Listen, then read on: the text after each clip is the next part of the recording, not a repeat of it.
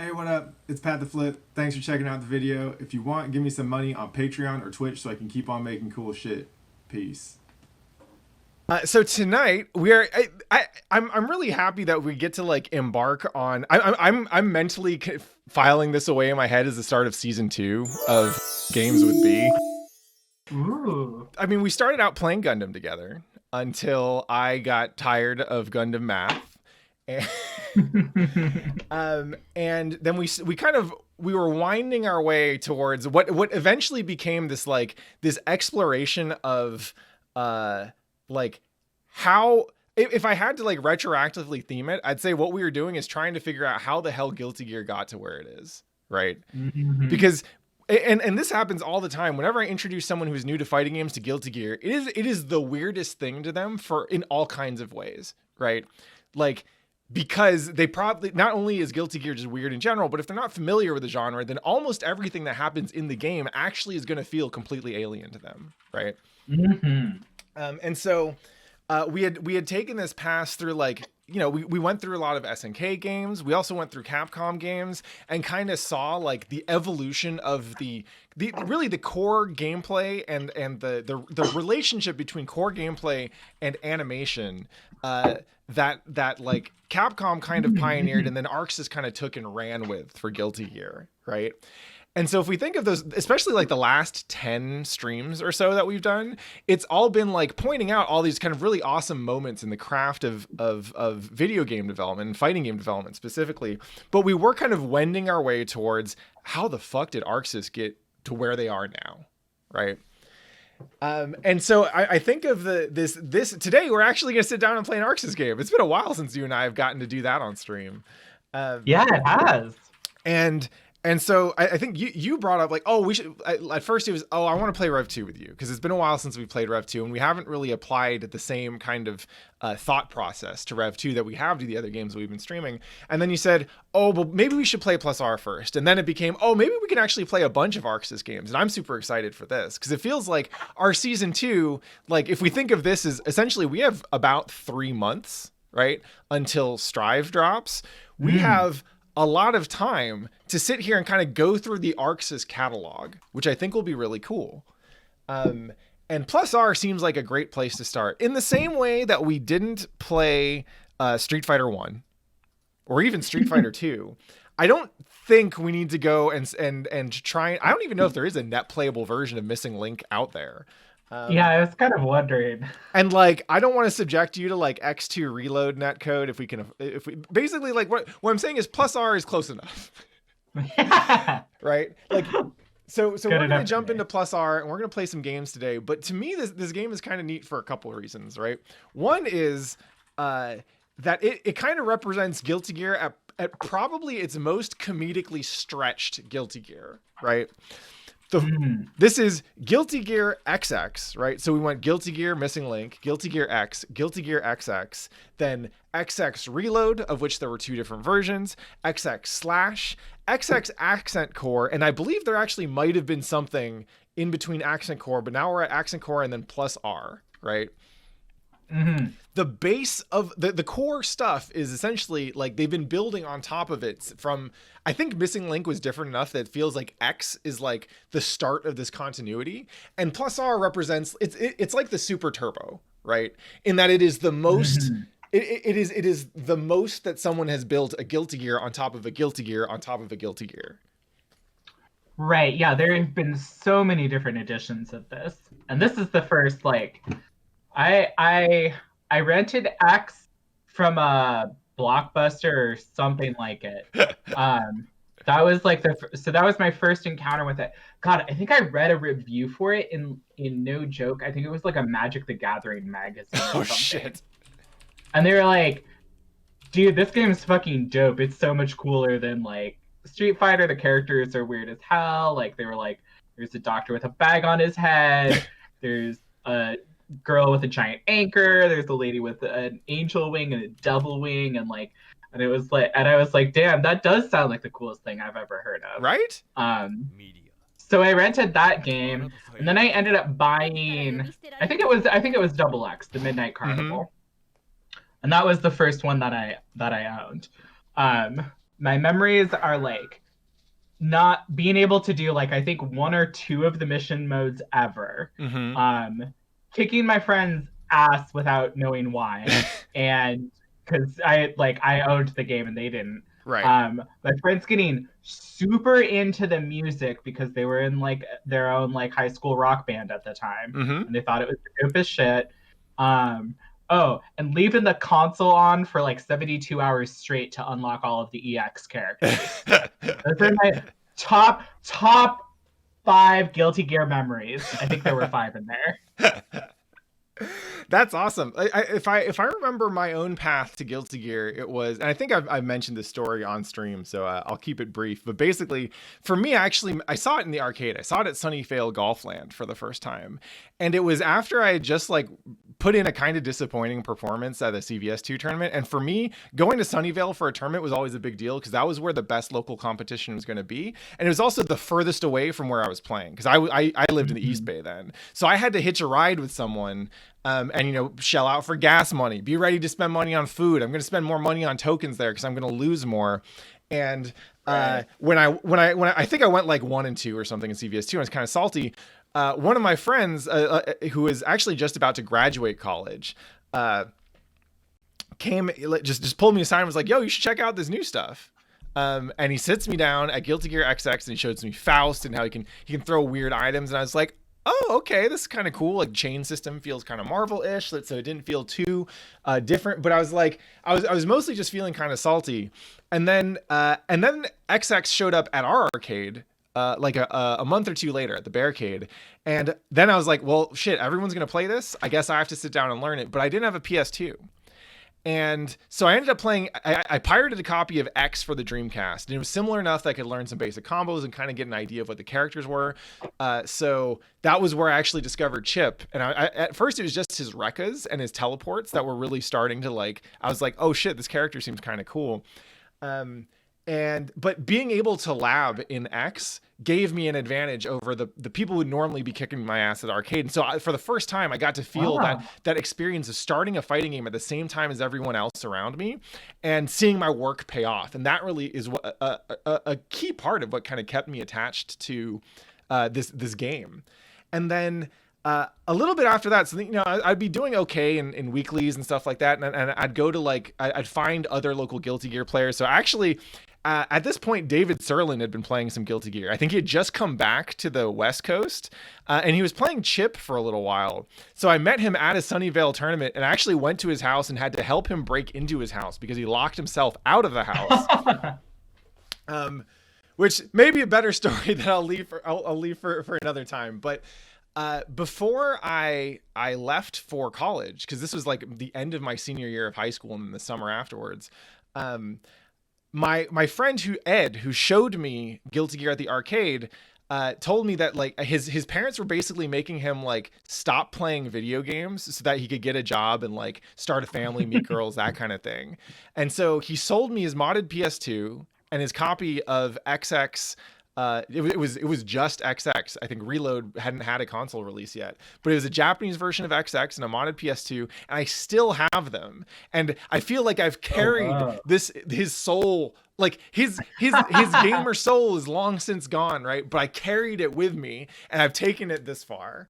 Meanwhile, I think Irene's first interaction with Guilty Gear was like Kai and Soul like gay porn. Or fanfic or something on LiveJournal. So, Guilty Gear means a lot of different things to a lot of different people. On my screen, I have pulled up a print ad for Guilty Gear, right? Where they have on the art or on the cover, the CD cover, they have Guilty Gear is as good as it gets from videogames.com. And the tagline here is kill your friends guilt-free, which is asterisked at the bottom where kill equals beating your opponent to a pulp at Guilty Gear, and friends is if you have any, the person you invited over to beat at Guilty Gear. And this actually showed up briefly in a Senate hearing about violent video games. Let me see if I can pull that up. Oh, really? The violence in video games is in some ways even more disturbing. A game player does not merely witness violence, he actively takes part in it. Indeed, the point of such games as Postal, Kingpin, Duke Nukem, Guilty Gear, and others is to kill as many characters as possible. The higher the body count, the higher the score. And we've got some of these advertisements for some of the various video games in front of the dais here. Another ad is, again, in a children's magazine for a game. It says, kill your friends guilt-free. Here's another ad, again, in a children's magazine for a video game. It says, more fun than shooting the neighbor's cat. Anyway, they specifically brought up that ad, which I think is hilarious because, look, Guilty Gear. It's got an asterisk right on it. And look, there's nothing to be guilty about here.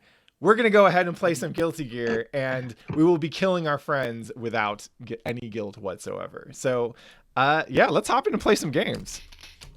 Yeah, let's do it. Also, a PSA for the people who, Ted, thank you for the host. A PSA for the people who don't realize this, Guilty Gear lets you set your own input delay. This is useful because you want, if you add a little bit of input delay, then you will see fewer rollbacks. So Aevee and I have a ping of 100 milliseconds. The recommendation fluctuates between 0 and 1. I play on 2 most of the time because I'd much rather have a stable input delay than something that fluctuates more. So I like to play on 2, and sometimes I'll bump it up to 3 if I have to. Now look at this fucking character select screen.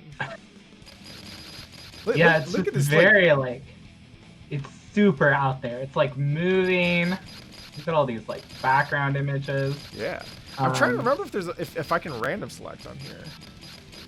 All right. So I have played a tiny bit. Oh, let's do Dizzy Mirrors. Yeah. I played a tiny bit of this. I played Tasha. Oh yeah. I think it was recently. Yeah. I won. Nice. You can't let a Tekken player think they know how to play this game too. Yeah, I really did let her have it actually. I will say one of the nice things about playing this in like a proper like HD environment is I can actually see what is going on with the Dizzy attacks. Yeah. Like so much of Necro and Dizzy just like if you compare this to any game that we played on stream in like, you know, together in like the last month, like there's just so much going on with this character alone. Right, yeah, her animations are like totally wild. Yeah. Like it's very like, you know, it's like super it's very Darkstalkers-y.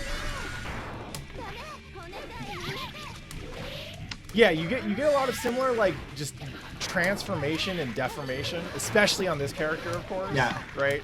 Because yeah, her wings she is just... probably the most of any character.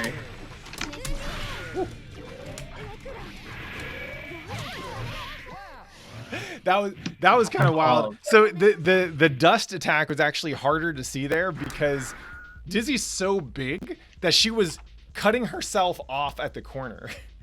Yeah, it was really weird. Nope.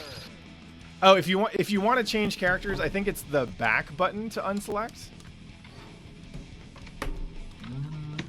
Huh. Like the console, like the controller back. The console yeah, back one. Oh yeah. There you go. I might still play. Okay, I tried to play a little bit of Bridget, who I find very, very fun. I know that they're bad. I think Bridget is supposed to be okay in this game, not great.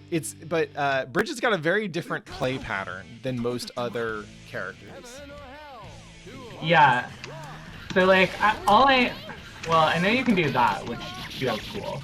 Oh my god. Hey, can we just take a second to appreciate Bridget's idol?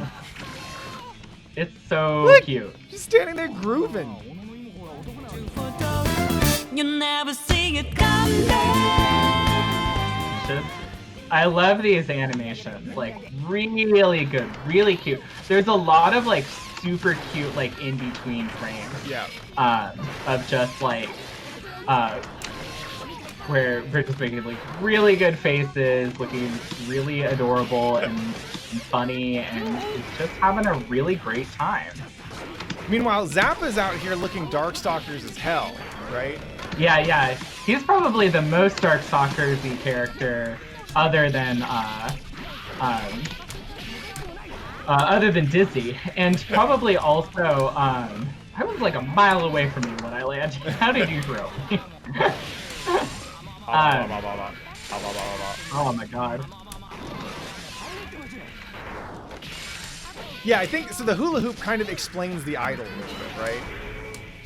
Like when Bridget's just standing there, he's trying to keep that hula hoop moving. Oh, it's because Bridget's a bounty hunter. Yeah, the de facto occupation for Guilty Gear characters, if they're not like police or army or government or something, is yeah, they're bounty hunters. Yeah, Jam, Soul, Bridget, like.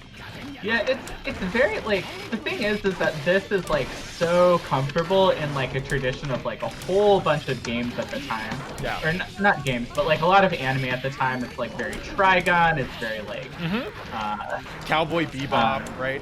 Yeah, like just this era of like cool wacky. It's like super JoJo's obviously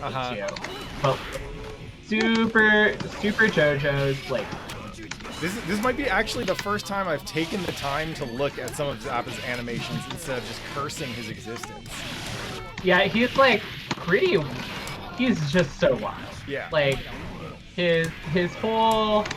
It was funny. So I was talking with some of my old Barricade friends today actually, and one of them was like, I understand that you got into this stuff with CVS2. I don't understand how you ended up at Guilty Gear from there. And so I was thinking about it, and I kind of had to explain that, like, one, before I played Guilty Gear, I played Marvel, so I was already kind of more comfortable playing anime, or at least higher-powered fighting games, right? But beyond that, like, there's something that CVS2 has that translates over to Gear, and it's that you have to learn a lot of different systems to play that game, right? Like, even if you don't have to learn how to play all the grooves, but you do have to learn a lot of shit, right?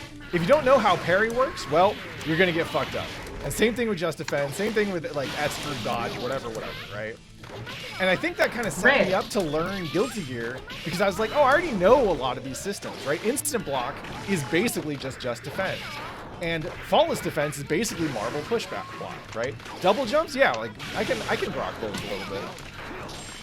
Right, yeah, like, I remember when we played it, I also had the same thought. I was like, isn't CVS supposed to be that slow, Street Fighter-y, sort of like, Swizzies game? But like, when we actually played it, it was like it became pretty apparent, like, very quickly, like, that I could see exactly what you liked was the systems-y stuff. Yeah. Like, the fact that that's the same sort of complexity that exists in Guilty Gear, where if you like memorize a lot of stuff, you get like a lot of advancement. And you have to know both like your own stuff and how to deal with your opponent. Right. Where you will just get blown up pretty easily. And so one of the funny things about all that is like when I hear people describe how they like Street Fighter or Tekken, there's a very specific kind of person who will say they like those games because it feels like a fight, right? And as someone who does fight, but like my preferred or my like core discipline of fighting is Brazilian Jiu-Jitsu, which is essentially like closer to Guilty Gear than Street Fighter, right? Like mixed martial arts, grappling sports, there's so much things you can do in it that I think of fighting and I think of martial arts as fundamentally like, well, you gotta learn what all your options are and you gotta learn your opponent's options, and there's gonna be a lot of them, so there's a lot of shit to learn. You better get started studying, you know?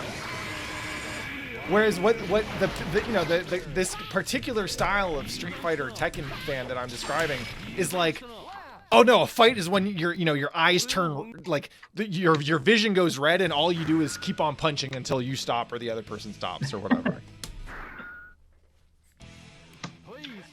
It's very interesting. Like, I was thinking about this because I was having a talk with Irene and other people on the Discord. We had this kind of like big long chat about like combos and Guilty Gear and people's like approaches to them. And one thing that I feel like I'm learning more and more is that like different people's, I think it's a combination of both how different people learn as well as what they enjoy, but maybe like what they initially believe that they enjoy. Yeah. Because like I think that there's a lot of people who will like games like Guilty Gear, if they like know how to play them. Yep. But one thing that like really struck me, and I actually like I just saw somebody like say it in one of the Discords I was in, which I thought was like really, I think it's a fascinating opinion to me because it's not one that I would ever have naturally. But they were like, man, I don't like, neutral is so hard. Like I don't want to learn neutral.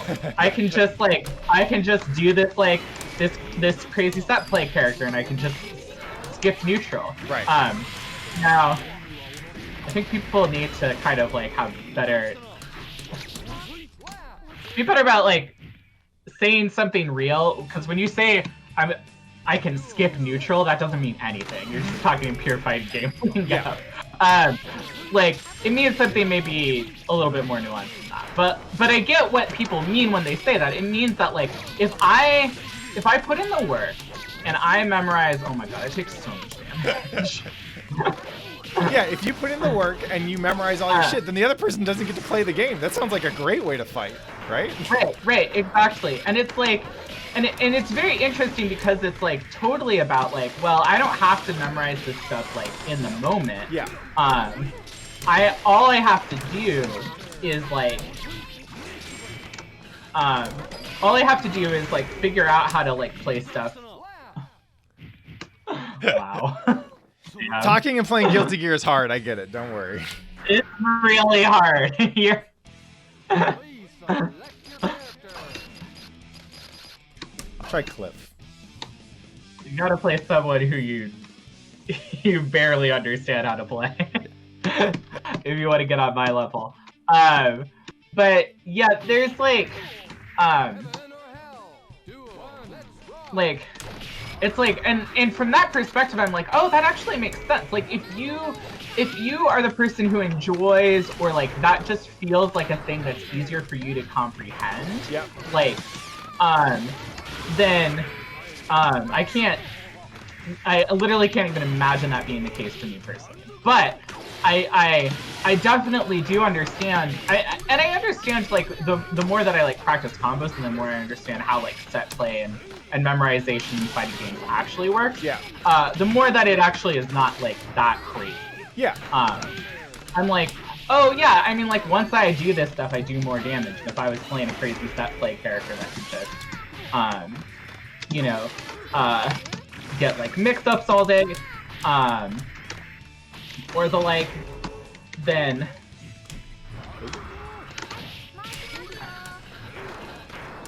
I hear what you're saying. It was very interesting because I was actually having this conversation with someone who was just trying out Guilty Gear today. And I think the thing that you're describing is like, if I were to boil it down, it's fighting games test you on so many different things, both in terms of the actual core gameplay as well as like the figuring out the like mental models that you can use to figure out whether you're getting better or not, right? Or how to get better, how to even think of improvement, right? Right. And like the thing that you were describing where you're like, yeah, like neutral is how you get into these games, right? Like that's the fun part. I understand that.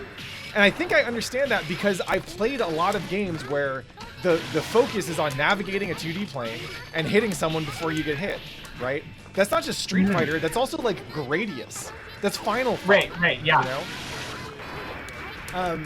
And so anyone who came up on video games at around this time is going to have at least a fundamental familiarity with this, right? Right, totally. But if you're 16 years old, if Angry Birds was your first memory of a video game the way that Mario was for me, right? Like, you won't necessarily have that kind of those like structures in your brain, right?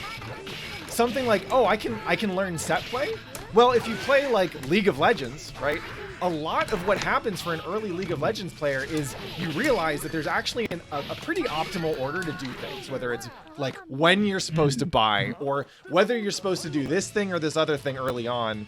And you can actually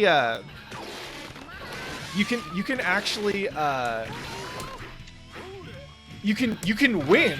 Like early games, your base mechanics don't really matter. You can win a lot just by like knowledge checks, right?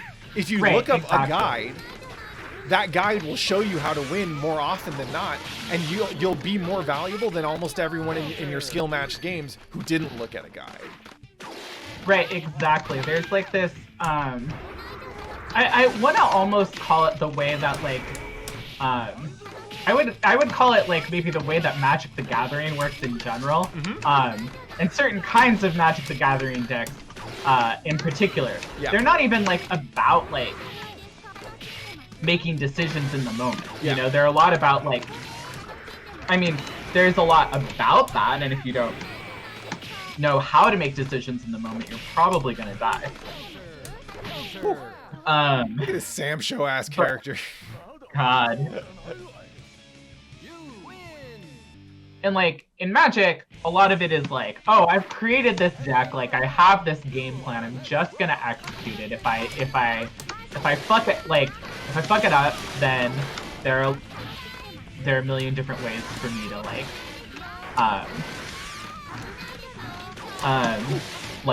recover from it if I know how to play the game correctly. But if I gotta know how to do that. Yeah. And it's less about like, oh, I have to make these like moment-to-moment decisions, and like count cards or all of this other stuff. It's just really about like doing those like, oh my god, that wasn't necessarily the thing I wanted to do.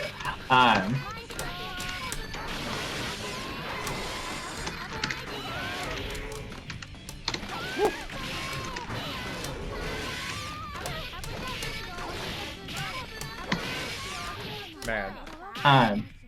It's like, so I can definitely understand that appealing to a certain sort of player, and I can understand it appealing specifically to players who are like maybe good or at least experienced at like memorization, who are like who don't have problems, like who are maybe like good at like just looking at information and copying it really well. Yeah. Who have like who enjoy that, who like being like having nitty-gritty like process-based stuff. Yeah. And people who are like, maybe a little bit more like, well, I want to learn by doing. I want to like kind of like I want to like get in there and like do stuff. Mm-hmm. Like I want to press buttons, which is I think the thing like lots of like people who are like, oh, I like Street Fighter, that's my game. It's because it's giving them this fantasy that if they just press buttons good enough, right, then they will be a genius at this game. Yeah. And like obviously I think that there's a lot more to it, and maybe people who like kind of like fetishes that sort of like neutral honest woozies based stuff are not like necessarily like maybe have like a limited, some of those folks probably have a kind of limited understanding of it. Mm-hmm. But I can kind of understand why they're drawn to that play style, because it's like, oh, this alternative doesn't feel like it meshes with it. Right. And I think like one of the things that we like found when we were having that conversation was that a lot of people actually like learned to figure out how to do it. They just couldn't necessarily like get there from the way that like a lot of resources that exist for fighting games try and teach you. Yeah. Like I've said this before about like how I like kind of like learned to love combos, and it's like it for me it was this process of really trying not to get bodied by Patrick Miller. Not actually incorrect. Yeah, and like So if I were to describe how I see you as a fighting game player, you are the kind of person who wants to like press buttons and kind of rely on your intuition of spatial reasoning and timing to get the win, right? Which is probably why you like Sam Show so much, right? Yeah. And, yes, definitely. And I think that's probably where fighting games started out, right? Was like the appeal seems pretty obvious, right? And the fantasy that gives you is the fantasy that like most people, or at least most dudes I know have about fighting, which is that if just given the right like circumstances, you could be a genius of fighting without having to like work for it, right? That it's just a matter of, like you said, pressing the right, but being in the right place and pressing the right button at the right time, right? It's not about like being a nerd, frankly. Right, or that it's like, I would even maybe go as far as to say that it's like, about like, I think it's also about how people learn. Yeah. And I think it's like, and the reason why I bring that up is because it's like, it can be really hard, I think, for certain people, to like understand that like this heavily like memorization, like nerdy based stuff is actually a thing that's not that hard. Yeah. That's a thing that they can do. And that like intuition. But yeah, no, it's like very if you think that stuff is like just too overwhelmingly difficult for you to understand, then a lot of people like kind of like count themselves out from being able to do it in the first place. Right. They're like, wow, set play looks super, super hard. Combos look super, super hard. I would like a game in which I can just like feel it out by playing. Yeah. You know, like I don't have to like I have to say like that was definitely like a big barrier for me. It was like, okay, I'm supposed to learn all of this stuff in this like, you want me to try and like memorize all this shit and play a fighting game at the same time? That sounds bonkers. Right. Like, how do you do it? Now, nobody ever said, oh, if you like, actually, if you memorize all this stuff, you don't have to play that game at all. You get to make like 2 decisions every like couple of minutes about like, first about how you're gonna skip, how you're betting on skipping neutral, so to speak. How you're going to use like whatever ability you have to kind of like bypass and get into an offensive, bypass your opponent's defensive or footsies and get into them into a defensive situation. Like the And then memorization stuff actually slows the game down, gives you more time to think, right? Right, exactly. It completely allows you to simplify the game really considerably. Yeah. So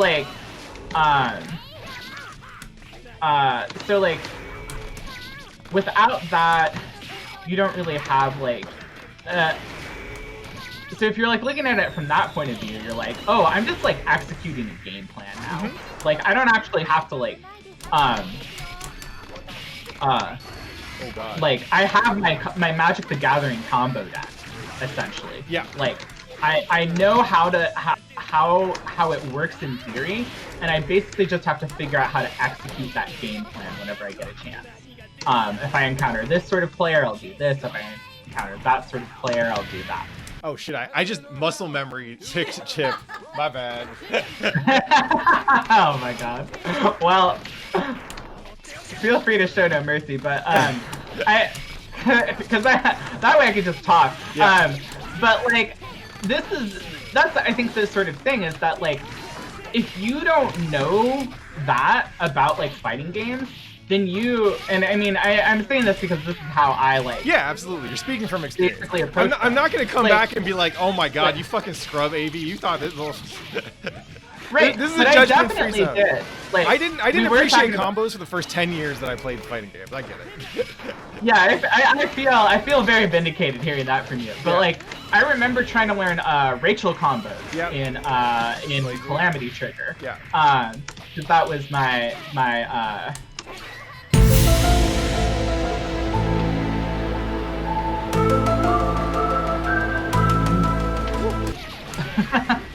Yeah, if I was on the right side, That would have been sick. That would have been really sick. But right, like they don't necessarily like teach you, or nobody like. In fact, I would actually say this is my big thing about like why everyone is teaching combos wrong. Yeah. Is because like the way that they are taught, like well-meaning by games and by like communities alike. You teach them as like, oh, here's your bread and butter combos. Learn these. There's also like 50 billion of them from every starter, but whatever. Like, you know, learn these, and then you can just play. Yeah. Like, and it's not like, okay, you learn like with biking, you want to get somebody in the corner and dust loop them. Your combos suck ass until you get to that point. Right. Once you get to a corner, so your entire game plan is about getting people closer to the corner, or dust looping them once they're in the corner. Right. Because everything you do, any of the normal combos you would normally do, can convert to a dust loop from almost anything. Yeah. Under any circumstances. Yeah. And then it's like, okay, I know how to, like, the dust loop has a bunch of different variations, but all those variations are built on these rules. I'm talking about Bike and playing her the last couple of weeks. Yeah. But like, it's like, oh, this is like really easy. Like I could learn all of the variants of this like so easily, just given that I like understand what the basic like notes are, you know? Right. Like it's designed to do this. Like this what like oh, I can press this button here, and like that's the way in which like optimal combos are actually like very useful and helpful, is because they help teach you like what those they give you an ordering function, right? Like they let you determine, oh, this is the high value shit. Cool. How do I land the high value shit? Right? So first it's how do I do the high value shit? Then it's what do I need to do to land the stuff that gives me the high value shit, and so on and so on and so on.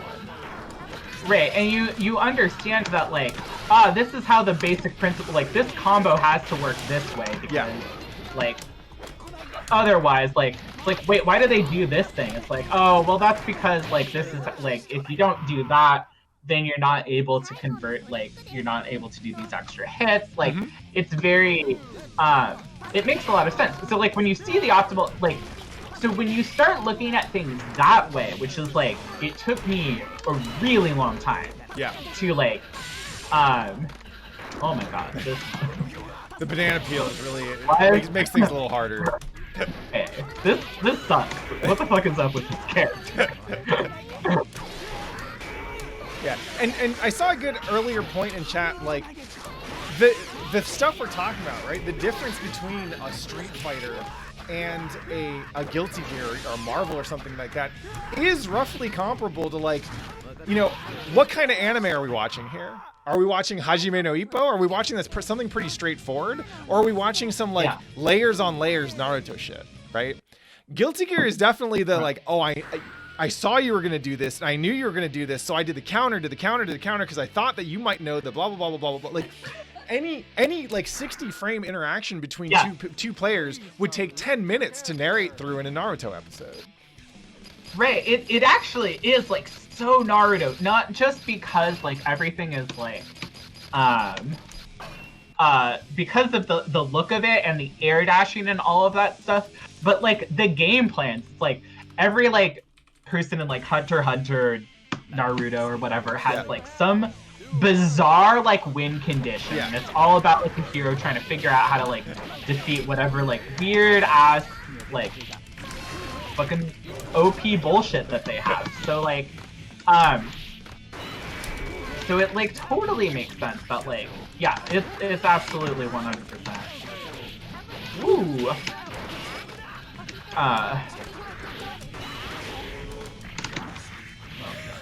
Zap is fucking gross. Oh my god. Yeah, like, also the fact that he is just so fucked up. Yeah. That even his hitbox and his fucking throw hitbox are so goddamn weird. Oh no.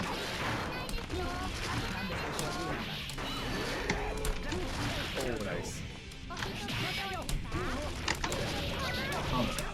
Let me get it. How do I tell the dog to do stuff? Aw, nice. One of the things I like about Bridget in this game, like this Guilty Gear characters definitely, by the time they got to XX, they started introducing characters with more unique subsystems or more unique, you know, like just weapons, basically. Mm-hmm. One of the things I really like about Bridget is that Bridget's H just, it's like, it's kind of its own like mini game tool, right? Like you could imagine that being like the equivalent of like a Spider-Man web swing button or something, you know? Right. It's like it feels like this is like early drive button. Yeah, exactly. Like, from that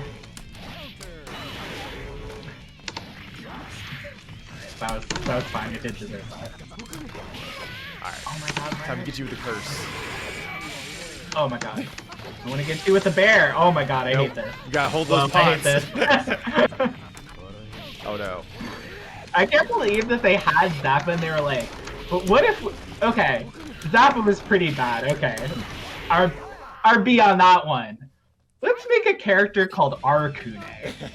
And what if he just did, what if we put Testament and Zappa together and made one character that was just so fucked up? So I have played BlazBlue for like a grand total of 30 minutes in my life, but one of the things I did, because I remember tweeting out like a long time ago, hey, I'm downloading this game, I'm gonna try it out. What character should I try? And GCOshi was like, you should play Arcune. I know nothing about this character. Someone tells me they're a literal trash demon. I'm like, okay, I'll give him a shot.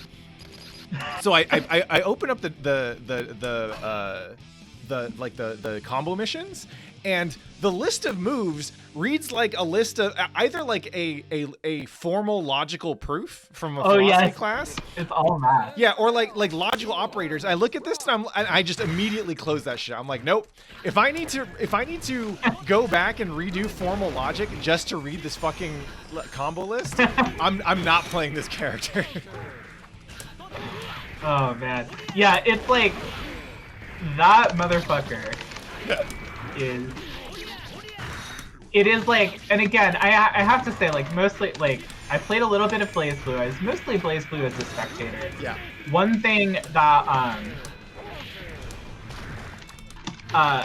the main thing that I remember about that game is that whenever Arcune would come on screen, I would be like, all right, do I have any, like, let me make some of like microwave popcorn or get myself a beer out of the fridge, because this is just gonna be like, it's definitely like and that character I think is like on a conceptual level, it's like really interesting. It's like one of the most Magic the Gathering sort of characters you can possibly have. You know, someone who's really about like just this really different alternate win condition, really interesting and unique. Also probably the least fun to watch character that ever happened in a fighting game.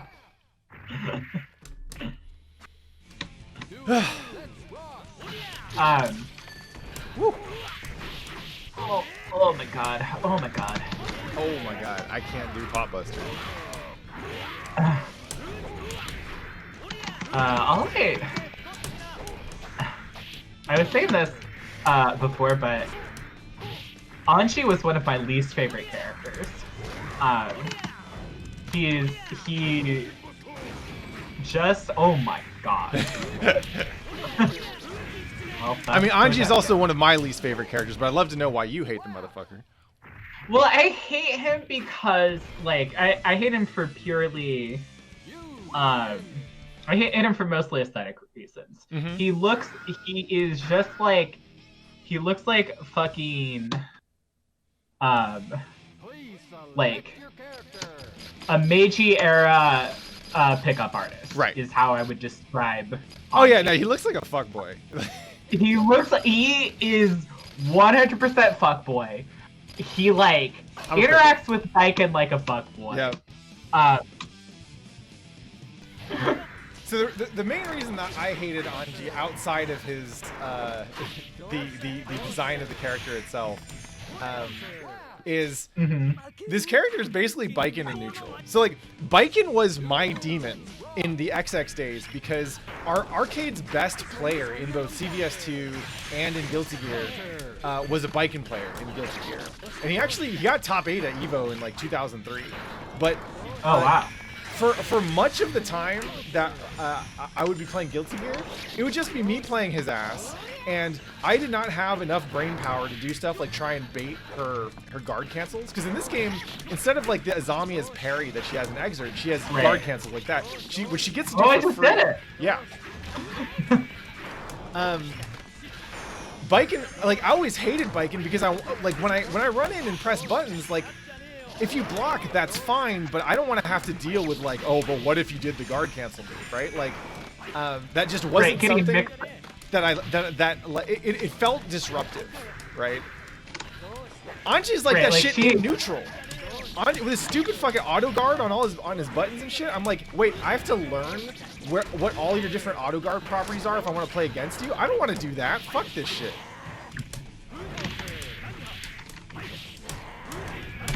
See? That stuff is whack. Yeah, that does suck. You seem kind of like, damn, I wonder if I should pick up that character in Stride. Right? I do like neutral and being fucked up. I'm gonna keep trying Baiken. 2 weeks ago, what was it, like 3 weeks ago? Like, Tasha and her partner, Fern, my best friend, who I stream with on Mondays, live like basically across the street. So they've been part of our pod. I'm part of their pod. Yeah. Anyways, so we were, we were just like hanging out. Played some Guilty Gear. We played some Wild Guns. Okay. Which is a good game. Very hard. But I had not even touched Baiken, and when I tried picking her up just for a couple of games, I was like, damn, I do not know how to deal with this. Actually, like, even though she's pretty different from Exert Baiken, I actually do feel like I understand what her game plan is. Yeah, like, the changes to Azami are kind of major, but also kind of not, right? Like, especially because you already know how parries work, right? You know how to think around, like, oh, I should anticipate that you're going to do something. So, and everything else, like the normals, the tatami mat, like, you have enough to get started, you know? Right, and her, like, her game plan, it's like, they made Azami, like, a hard call. Yeah. Like, oh my god, that does suck. But they didn't make it so, like, you have to, like, it's a parry, but it's not like a Street Fighter parry where you have to, like, know the timing. Yeah, it's definitely more generous in some ways. Right, you just, like, you hold it down, so it's a lot more like a call. Like, you just are like, I think you're gonna attack. I think you're gonna attack in the next second. Like, I'll even, like, I've seen some really good matches with Baiken where she just, like, wow, that sucks. Where she just like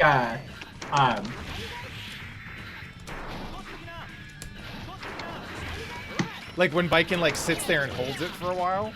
Yeah, like, and I've seen people like really like not be able to restrain themselves from fucking holding that, from swinging on her. Like, she's just still holding that button, and I was like, damn, that's actually like a pretty like, that's a very intense thing to do. Yeah. Cause my instinct is almost always like, oh my god, Azami. Oh, Azami didn't work within the 3 frames that I pressed the button. I'm gonna do something else now. Right. Having the courage to hold down Azami and just stare. And just stare at them and be like, hey, fucking, what are you gonna do with that big bat? You gonna hit me? Better make sure it counts. Better kill me in one hit. Yeah. That's literally Baiken. It's also like, better make sure you don't fuck up the throw and get a 6H that then gets counter hit Azami and then you die. Yeah, you better be real sure what the distance is. Yeah. between this character. It's funny to me, like, because you and I have played so much Guilty Gear, this stream has so far been talking more about the experience of playing Guilty Gear than the experience of like, plus R or XX in general, right? Which I think makes sense. Yeah. But one of the things I will say that I've been pleasantly surprised by is, like, fighting games are very much a thing to be enjoyed at a moment in time, right? Because it's not just about, like, the game itself, it's also, like, who do you play it with? What kind of things do you remember about that time, right? Like, for me, Guilty Gear isn't just this, like, this game that I'm perpetually devoting myself to. It's also, like, a reminder of one of the first times where I really felt like I was, like, feeling like I was playing a fighting game that I was playing it because I wanted to play it, not because it was the new hot shit, or not because it was like the thing that people cared about. Because, like, you know, Guilty Gear stays niche even now, and it was certainly niche when I started playing. And so when I came back to Plus R, having not looked at, like, XX era Guilty Gear in a while, I was impressed with, like, how in general it holds up pretty well. Like, the gameplay still feels really good, even though the buffers are, like, a lot less forgiving than Exert or Strive. The art is really evocative. Like, yeah, I think I've got some issues with art direction. Like, I think the backgrounds are just a little bit too close in value to the characters, and so it can be easy to lose the characters in the background. I'm kind of surprised because it feels like they even, like, tuned it up from earlier versions of the game. Yeah. Like, I remember them not being this intense, like, in the versions that I remember. And even like when I first played this game, I was not nearly as good at fighting games as I am now. And there's a lot of stuff in this game which I was just like, oh well, that's unreactable, or that's bullshit, or blah blah blah blah blah. But playing this with more experience, I'm like, no, it feels like I'm coming home, and maybe even a little bit better because I'm so much better at this game now than I was when I first got into them. Woo. Oh my god. So one of the things that I think is kind of neat about Plus R specifically, and this is kind of a consequence of being as deep in the XX timeline as we are for Plus R, right? Is like, basically the expensive part of a fighting game is the animations, right? Right. Especially when you're operating in 2D, but in general, it's like you can get a character to do whatever you can afford to animate them doing, right? And a lot of the resourcefulness especially in classic 2D fighting game design, when you're dealing with sprite animations that are expensive to do and expensive to get right, is to find creative ways to reuse the animations you've already got, right? That's why I would get stuff like, 6 or 7 different revisions of Street Fighter, is because each time they're usually not redoing all of the art and all of the sound effects, right? Because they're all still perfectly good, right? But you might be able to do new stuff without having to animate too much, right? Like, I remember when someone got a new move in a video game, it was a big fucking deal, right? Because you got to see them do something completely new, and you didn't get that very often. And one of the neat things about Plus R specifically is, like we said, this is so deep into the XX like series that they weren't trying to do a whole lot of new animations, right? Plus R came out when Exert was already almost out. Like, they released Plus R in part to gin up hype for Exert because it had been so long since so many people had seen a Guilty Gear, especially if you weren't in Japanese arcades. And so, like, a lot of this game is Guilty Gear characters kind of stretched, or the XX characters at least stretched to their limits, because they're all doing new shit with more or less the same animations. And so it kind of actually reminds me a little bit of Mugen and Salty Bed, right? You open up Salty Bed, and you can see all kinds of wild shit. Characters zooming around the screen, doing all kinds of amazingly dumb stuff, right? You get these, like, Super Saiyan 6 Orochi, like, KOF characters, right? And it's all coming from that same place. You're like, well, new art is too expensive, so I can't make new art on my own if I'm just a hobbyist messing around with Mugen. But I sure can take this sprite and this sprite and this sprite over here, and it kind of looks like an animation, and now I have fucking Yamazaki doing like a fucking Vegeta move or something. Right, yeah. Yeah, exactly. They're really learning to do what they can with what they've got. Yeah. And like, yeah, it's very interesting how like, I think we were talking about this on an.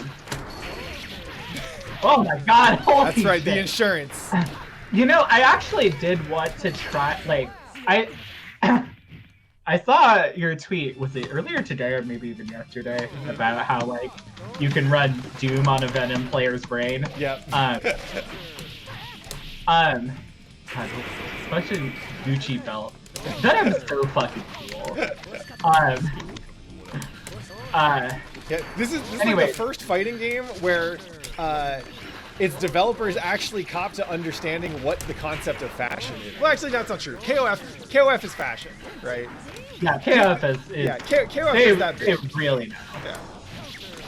Yeah. But still, it's different.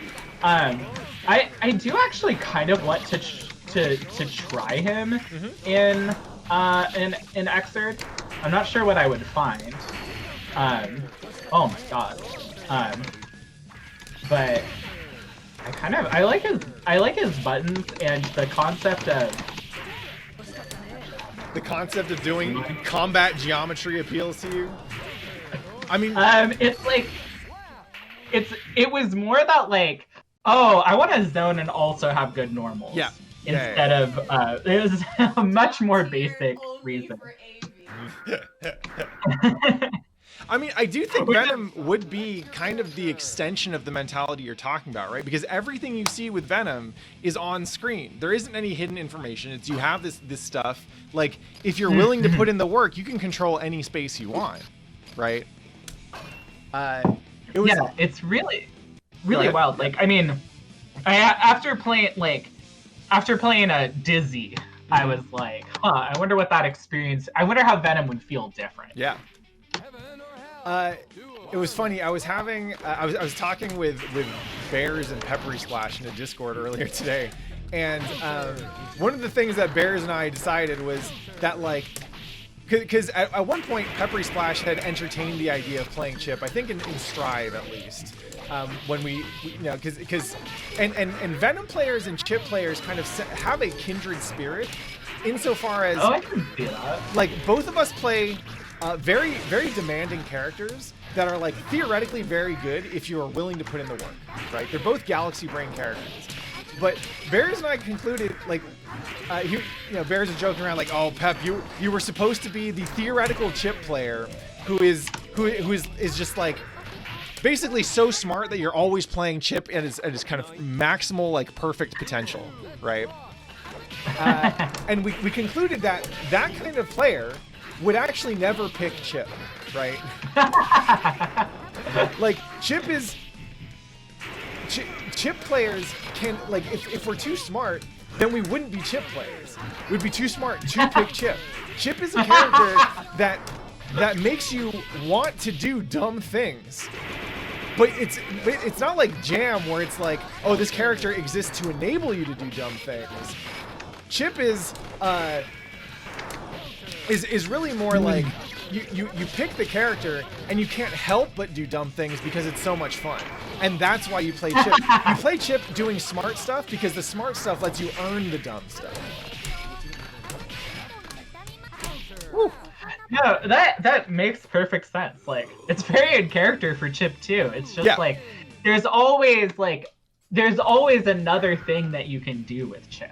So why not keep doing it forever? You know, when I was playing Destiny 2, one of my absolute favorite things to do, like, I think it was definitely like launch Destiny 2. Because Destiny in Destiny 1, it was like, oh, you can double jump. You usually have like a special double jump, and then there was a triple jump. Yeah. So you can do all sorts of like crazy movement stuff. And I think in like launch Destiny 2, they had this character that could do like a special you could do like a glide in air, a teleport, a special dodge, and then you could also, like, if you aimed down sights with your rifle, you would suspend yourself in the air. You just like hover there for a second.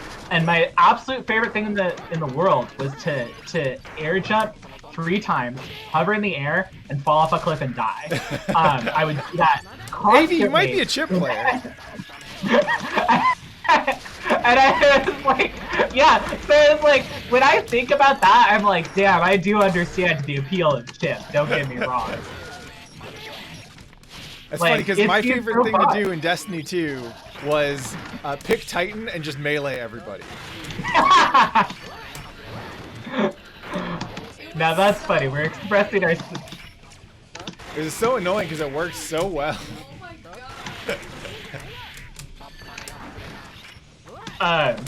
No, it feels good. Like, one of the things about Destiny that felt great, is to do a thing you know, and like, I think this is a general game feel thing, right?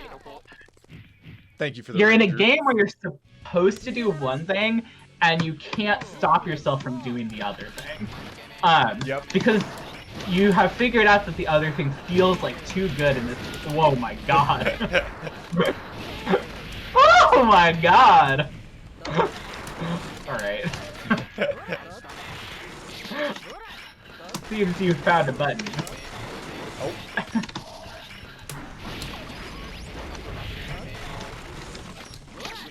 Uh-oh, my heat's building up. What is this character? Good lord.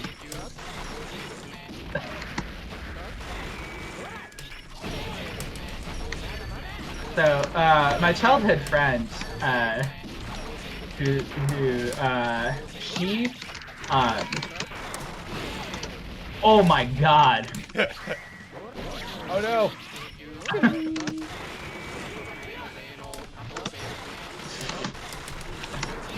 Oh my god. Why did I think that wouldn't happen? Oh no!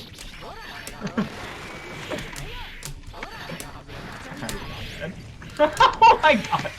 Oh, that's how you do pony up. Oh my god. Oh, that's Alright.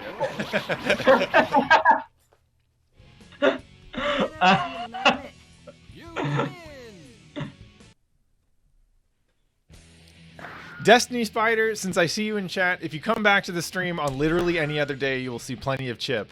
But today I'm not playing Chip because we're messing around. It's a good excuse for me to actually try out other characters. But trust me, Plus R and Exer Chip have plenty of cool shit.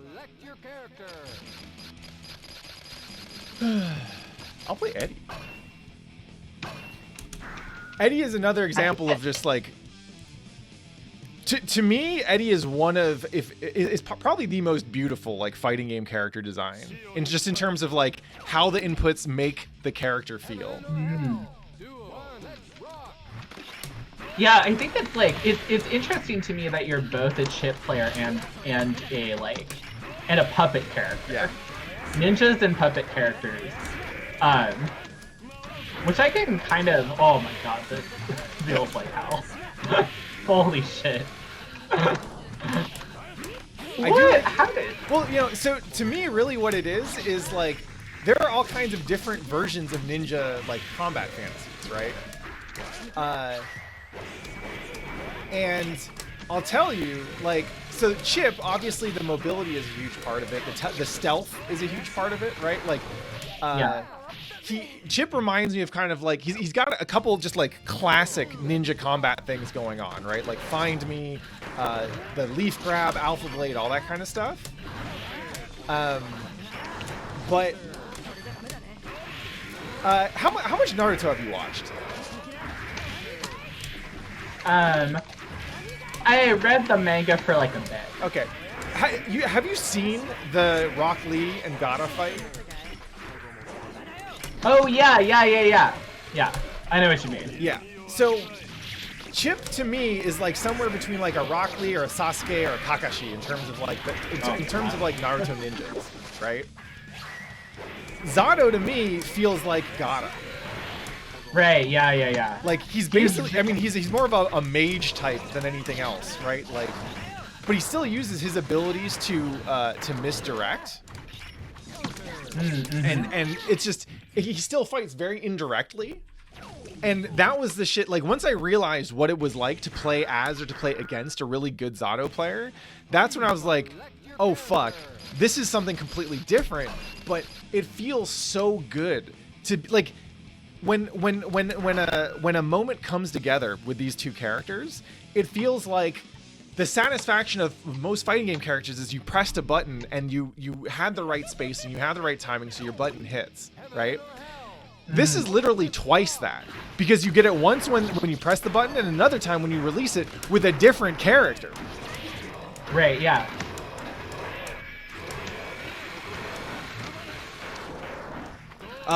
Guttural, you're thinking of Kankuro, who is also cool and who I actually played in one of the Naruto fighting games. Oh my god.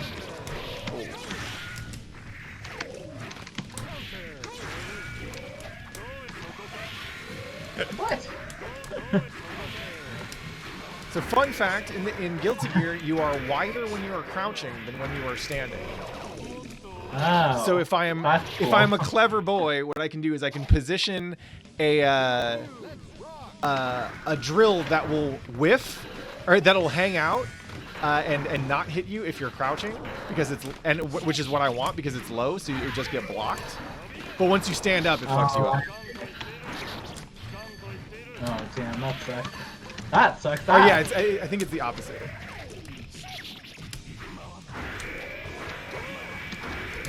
Woo! Look at that. Oh my god. No escape.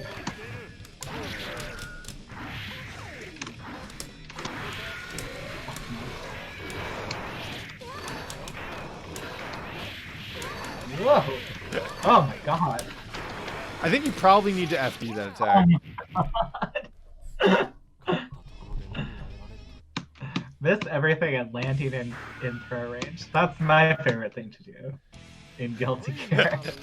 Oh, also, so I don't know if you got a chance to look at any of Sandwich's edits, but in the last one, when we talked about Blackheart being the gateway to monster fucking, he had fun with that. So whenever you say wild shit, that basically gives him more material to work with. Oh, I didn't realize that there was... Oh man, I'm gonna have to watch through that. Yeah.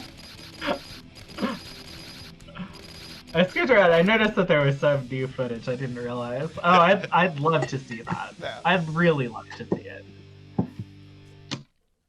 I mean... Yeah, he did a good. I don't know if you saw that. I think you retweeted it, right? The Yeah. Robert Downey Jr. sequence. Rip the Halloween. Pretty good. Oh my god. Whoa, this character is slow. Yeah. She's slow until she Oh gets my into God. Naroha mode, and then she fucks shit up. How do you do that? I don't know. I've never played Aevee. Anyone know how to play Aevee? Oh, so you can hit me with that? Oh. Hey, Halcyon Wow. Context, thank you for 4 months, homie. Appreciate it. Oh yeah, I think this is it. Half Hey, circle kick forward off. and hard slash? Yeah. So now you can like run and shit, right? Yeah. Oh yeah. Now I can move. Now I'm like a real Guilty Gear player.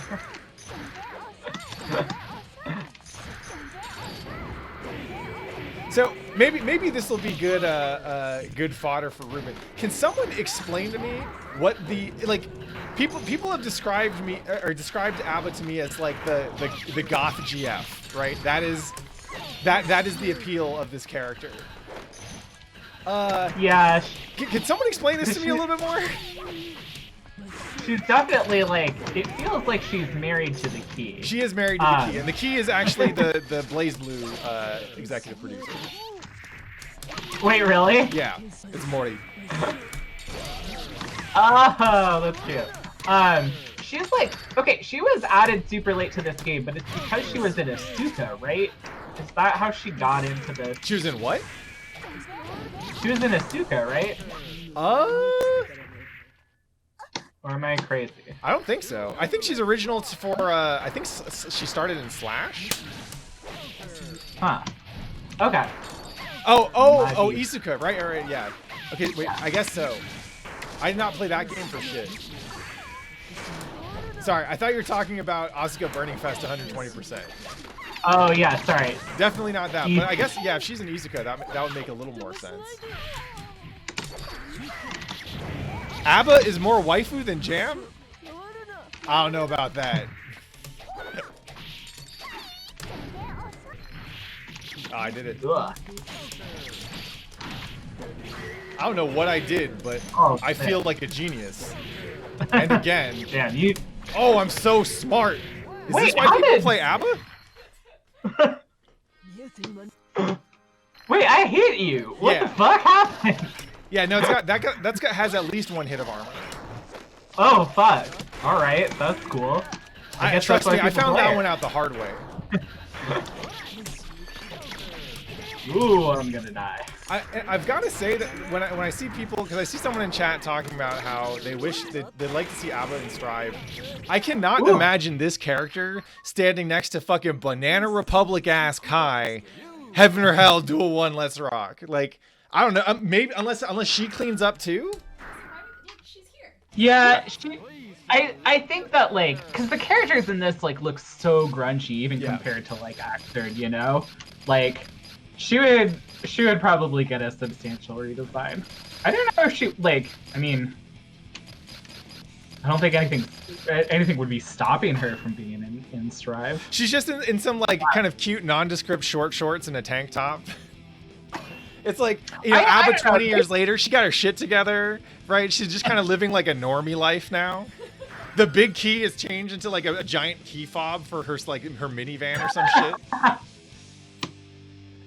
I think she'd look like, honestly, I think it would be like, she'd probably get like a Fausty sort of design. Mm-hmm. She was gonna look like, if she got in that game, she would look absolutely like, she would be way more VTuber. Yeah. That's what that's like, cause like, that's like, I mean, like, that's the, maybe ABBA's just Code Miko.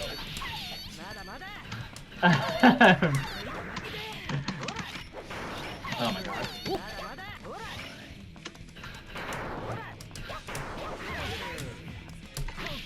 Let's see. I always forget, I don't have to play the game, I can just see Tatami, and then wait for you to do something. That's what I should be doing. Ow. But you are Jam. I am Jam.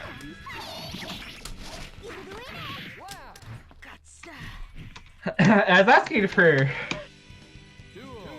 Jam advice, and people were like, Jam versus Baiken is just like a fucking slugfest of gorillas.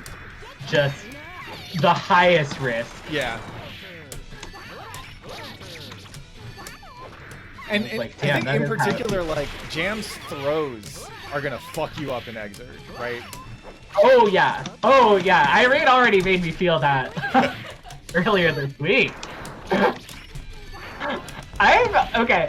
I think the best thing about playing the Jam Baiken matchup is how Jam bring out the parry immediately. Yep. They're like, "How dare you!"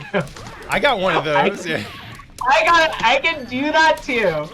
It was so like Salty Hash and Irene both did that. Like the day after when I played them, I was like, you only have to zombie one thing before that parry comes out. Chipito's way. I really love the idea of Pat being like, I wish I knew how to quit you. I mean, I actually wrote about that I think for Insert Credit like a long time ago. Oh yeah, I remember. I at least remember the one that you wrote, which was about like, this is how I win. Right. I don't know how to win with any other character, which I loved that article. I thought it was really interesting. But the thing is, and this is kind of what Bears and I were joking about, is that like playing Chip is at a pretty fundamental level a concession to the fun you're having, right? You are prioritizing winning with the character that you love over what feels like a reasonable burden to like to try and win, right? You make life a little bit harder for yourself, and it's a way that you will never stop feeling. But what you get in exchange is you get a character who, like, if you love this character, nothing else hits quite like him.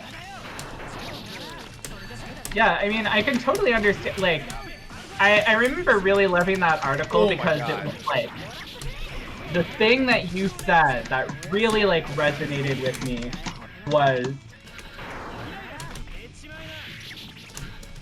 no. Oh my god.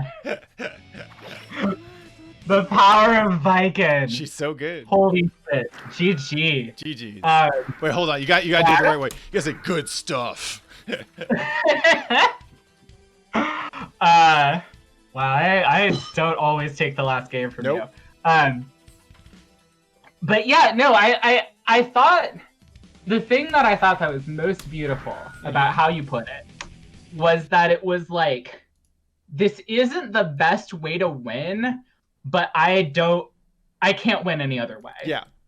Like, this is the way that I can win. And like that comparison that you made between like the MMA that you were doing at the same time, I thought it was like really interesting. It's like, okay, this is the game plan. Like, this makes sense to me. I am kind of like built around understanding this. And even if I could probably theoretically be doing better with this other character, like I wouldn't be able to even pick that character. Yeah. It's and that was something that I kind of learned in Guilty Gear, right? So when I got into CVS2, I had some characters that I picked because I knew they were good, and I had some characters that I picked because I knew that I was good with them, right? So like Sagat, Cammy, Blanca, like the kind of classic top tiers, I would often play them in tournament, but I also played Athena. And Athena she's an off pick, right? But if you don't know how to play against her, she can fuck you up, right? And Athena was like my concession a little bit. I was like, well, I'm going to pick this character because I'm good with her, right? And in Marvel 2, I was very much playing around my weaknesses as a player, which is why I learned how to play the team that I showed you, right? Storm, Cable, Cyclops. You do not have to do shit to play that character or that team, right? This is how I engage with the game while minimizing the amount of effort I have to put into it up front so that I can actually learn how to play this in an arcade with people as soon as possible, right? But in Guilty Gear, and this was in the arcade days where your decision to play a character had pretty significant financial implications for me, right? Like if I'm choosing suboptimal, I'm going to spend more money learning how to play this game. I'm going to do less good in tournaments, and that's going to feel frustrating. And in Guilty Gear, I knew that Slayer was top tier. I knew that Eddie was top tier. I knew that there were a bunch of characters who were way higher up than Chip. But I tried to play those characters, and nothing kept me playing the game or feeling as satisfied as when I did with Chip. And it was for like 18-year-old Patrick. This was a moment of like existential conundrum, right? Because this was not an era where where anyone entertained the illusion that you could play who you wanted in a fighting game and do well. We were all playing Chun and Ken in Third Strike, or Yun if you wanted to put in the work, right? We were all picking top tier in Marvel. We were all picking variations of top tiers in CVS2. But in Guilty Gear, like most of the people around me picked Slayer because XX, he had this stupid bite loop into Infinite. Some people picked Eddie just because he's super fucking good, and so on and so on and so on. But I picked Chip knowing that this was a bad character and a suboptimal pick, and he really is garbage in XX. He's fucking terrible.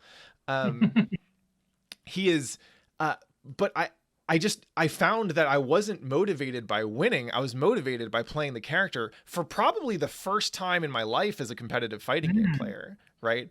Guilty Gear and Guilty Gear characters do that so much better than any other fighting game I've played to date.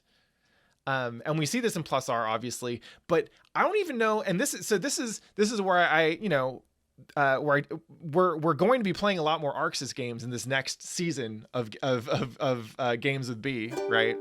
Like before we get to Rev 2 and Strive, we want to play some Sengoku Basara, we want to play some Hokuto no Ken, we want to play some Blaze Blue, right? I haven't really played with those games that much, right? But this is what I want to know. Look, Gurubashi Chip is garbage in XX. He's great in plus R. He's fucking awesome. In XX, he's trash.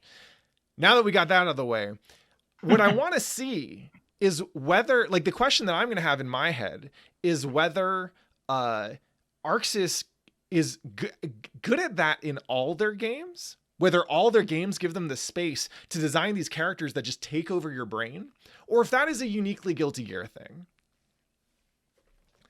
I look forward to checking this stuff out. Yeah.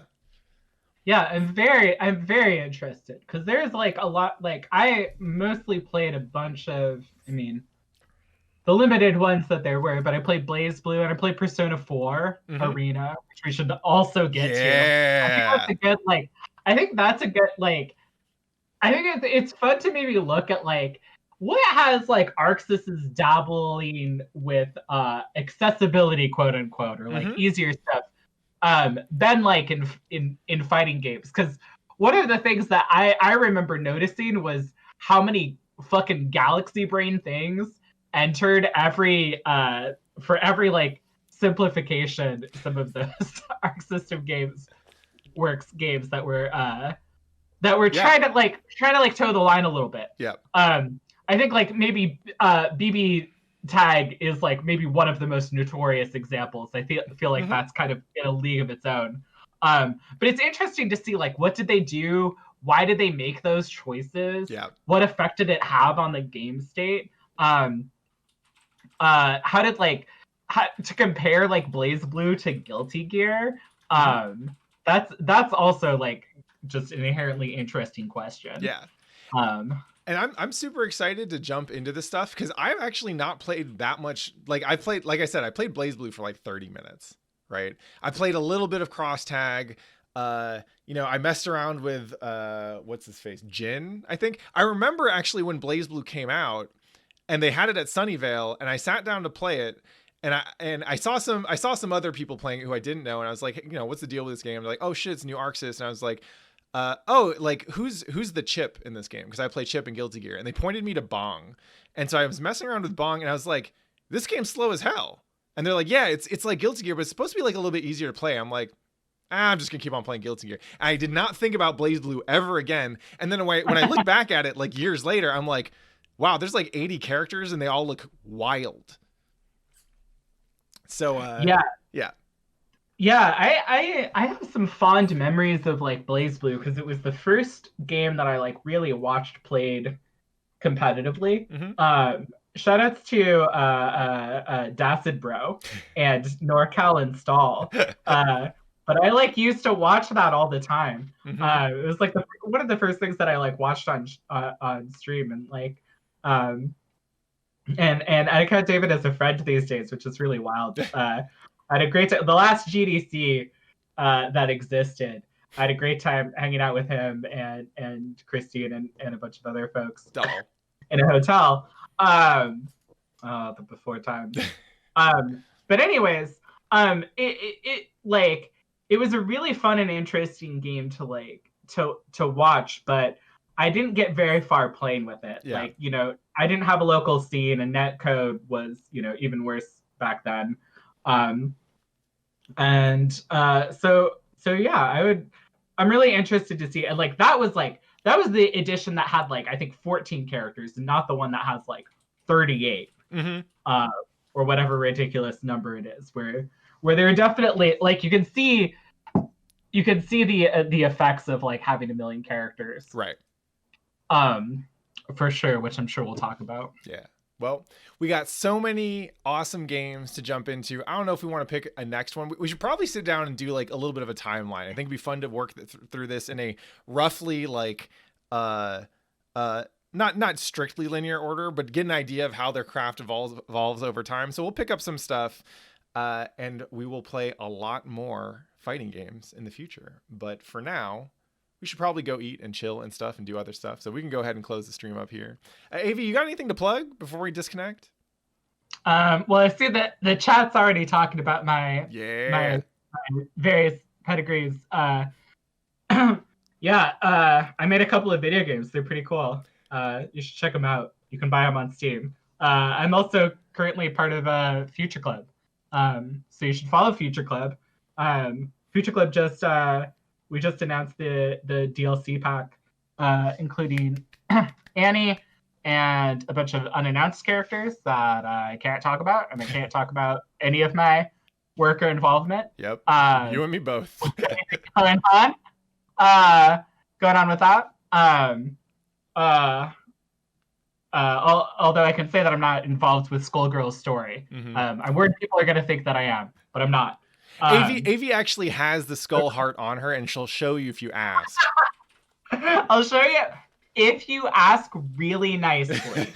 This time, there's an opportunity. Yeah, if you're at GDC, if you see him at a kind of convention and you're really nice, we'll be like, okay.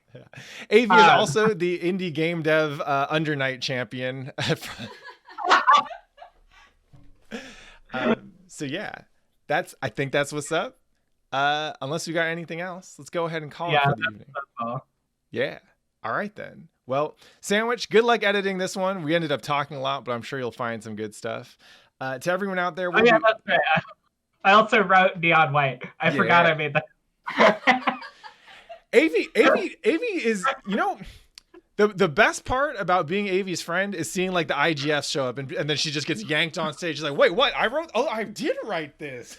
I guess I did write that. It's so funny. When I finish something, it's gone. It's out of my brain. Yep. All right. Well, next week we'll be back. Exerd Monday, Tuesday. Exerd Lobbies Monday, Tuesday. Wednesday Night Fights, Rev 2, of course. And then Thursday we'll be back with more games with B. Until then, y'all know what it is. Love your life, be good to one another, and play some motherfucking Guilty Gear, y'all. We out. Mwah. Night.